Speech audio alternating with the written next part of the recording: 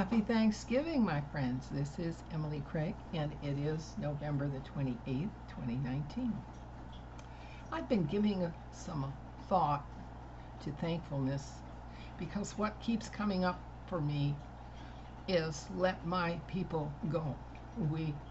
We who belong to the Judeo-Christian covenants and who depend on the Holy Spirit to develop in us the wisdom to deal with our challenges and reality, we are facing, since the 1930s in the United States, the challenge of the belief in the absolute equality of every human being, such that every human being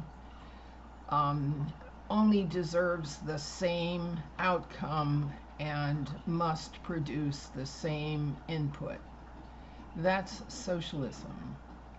That's the leveling of the population. Leveling of the population began in the 30s with the Communist Party in New York, headed by Eugene Dennis, who was an uncle of mine. All right, and their insistence that everybody was equal and everybody was the same was not accompanied by tolerance for diversity or differences. And that's why I, as a small child, choked on their screaming peace at each other. It didn't work for me. All right, so 7 decades have come and gone, and I've watched the communist, socialist, fascist movement take over governance in the United States with systems of taqiyya and jizya and jihad. All right. Taqiyya is double dealing. Taqiyya is saying one thing and doing something else. It's in the Quran. Jizya is setting up a protection racket where people pay to not be harmed, all right? And in our country today, the practice of lobbying for favors at Congress is proverbial. That's exactly how Congress runs, is by infusions of cash from industry, so that Congress legislates what industries want, and the people are left holding the bag, okay? And the unions became big and powerful, and they had more money than they used on their members, and so they began throwing their weight around too. That's jizya. It's in the Quran. And of course, jihad is domination. It's domination over other ways by pretending that we're better than everybody else and we have the right to be the policeman for the world and make other people align with our values. All right? Now, starting in the 60s, academia was infiltrated with these methods and these philosophies, so that in the 70s, a new curriculum was written for the children, which is called Common Core. And let me show you what Common Core is teaching to our children. Oops, wrong page. I'll get there yet. All right, generally speaking, the term family values usually refers to positive character traits such as honesty, forgiveness, respect, responsibility, patience, empathy, and generosity. How these play out and what form they take varies from family to family. You see, there is no authority in Common Core. There is no God, there is no father having headship, there is no archbishop, no pope, nobody in Common Core has the authority to tell a child what he or she must do, not even to tell the child that you were born a boy, so you're a boy. Duh. All right?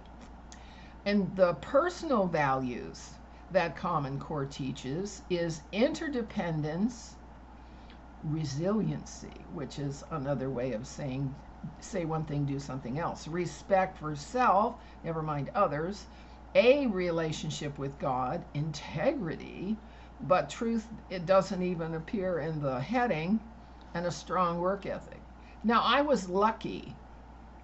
I was placed in a foster home in which the work ethic was paramount. All right, that's all there was. Okay, it was work, work, work.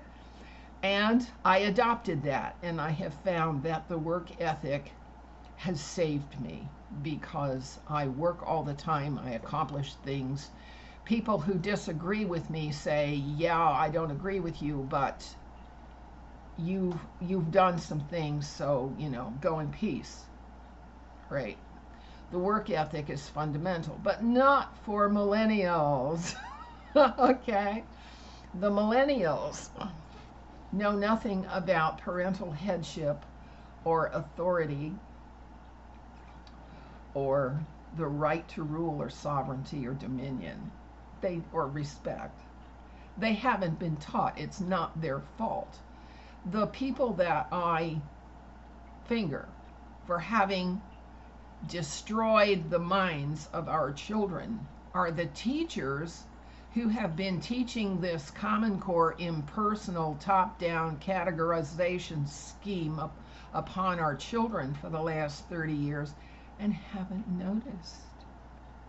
I would happily put those teachers in jail for child abuse, teaching what they have. But be that as it may, we have what we have, and employers dealing with millennials find that they fall in a couple of categories: the ones that don't care at all and the ones that are on their own mission. Okay, and that's a reflection of the child's soul. The soul has become the authority in our generation. Every human is following their soul, and what this means is that alienation is nearly complete because souls don't belong. Where do souls belong in society? Where are souls respected? Where are they informed about what's true for souls? Okay, it's supposed to be the churches, right? Well, when I say let my people go, who is Pharaoh? Pharaoh today is the heads of churches who are trumpeting the imperial, mercenary, mercantile values, maritime admiralty statutes of the New World Order and the one religion, okay, one government concept, and that is the Pope and his Jesuit backers and the Archbishop of Canterbury, who by his benign passivity has given the Pope free license to do what he wants. Now, I notice there are several lines of Christian sectarianism, let's say that are not going along with the Pope's program. The Anabaptists, Amish, Mennonite, Hutterite, 12 tribes, Old Order Quakers. They're not going along with the program, although Old Order Quakers, because they're involved in negotiation and conflict resolution, tend to view and embrace the one world concept, but they haven't dealt with the issue of authority the way the Catholics and the Mormons have. Another church that has told the rest of Christianity to take a flying leap, of course, are the Orthodox. And the Archbishop of the Russian Orthodox Church has seen to it that Russian children are not being sexually abused by Russian Orthodox priests. Russia is not having the the problem of gender identification and sexual promiscuity and the falling apart of families the way the West is. And of course, in the West, this was all staged. This was brought to bear upon society by fifth dimensional rules that started in Tavistock and Stanford Research International and became the ways that the CIA undercut and overruled authority and lawful governance all over the world. So we have some challenges to deal with in terms of restoring a rational social order. And as things are now, our legislatures are run by lobby money and influence peddling, and the courts are run by influence peddling. And the reason that Mrs. Clinton and her cabal haven't been charged, according to a friend of Attorney General Barr, is that the courts have been so vested in the previous administration's policies that no case brought today against the leftist cabal will result in a guilty verdict. The court's process and the process of finding jurors and the process of presenting evidence are so thwarted that those cases, if held today, would result in freeing all the members of the cabal on technicalities, because that's what the courts do now. That's what they do. All right. So we have a lot to deal with, but we have so much to be thankful for. In my case, because I was a soul set apart many years ago and had to come up on my own without belonging to anyone. I've never belonged to anyone. I threw my hat in with God and with the covenants of Judaism in terms of being law-abiding and harmless, and in Christianity in terms of being studiously honest. All right. And that has brought me experiences that have taught considerable wisdom. Okay. The experiences haven't been easy, but the confusion that I experienced as a young child, the total loss, like what am I doing here, has been resolved. My relationship to God has brought me down a path where I'm okay in the midst of this chaos, and I see where it's going. It's going to a reset, okay, and I'm old enough the reset truly doesn't matter, okay, at my age, who cares? And so for those of us who've adopted the covenant and the principles of behavior that result in a clean conscience, that result in problem solving and healing relationships, even among people who are all thrown together because none of us belong anywhere, all right, we can be thankful for our relationship to God personally. And that's a big deal. And that's a big thank you. And that's why I'm grinning today from ear to ear, because I feel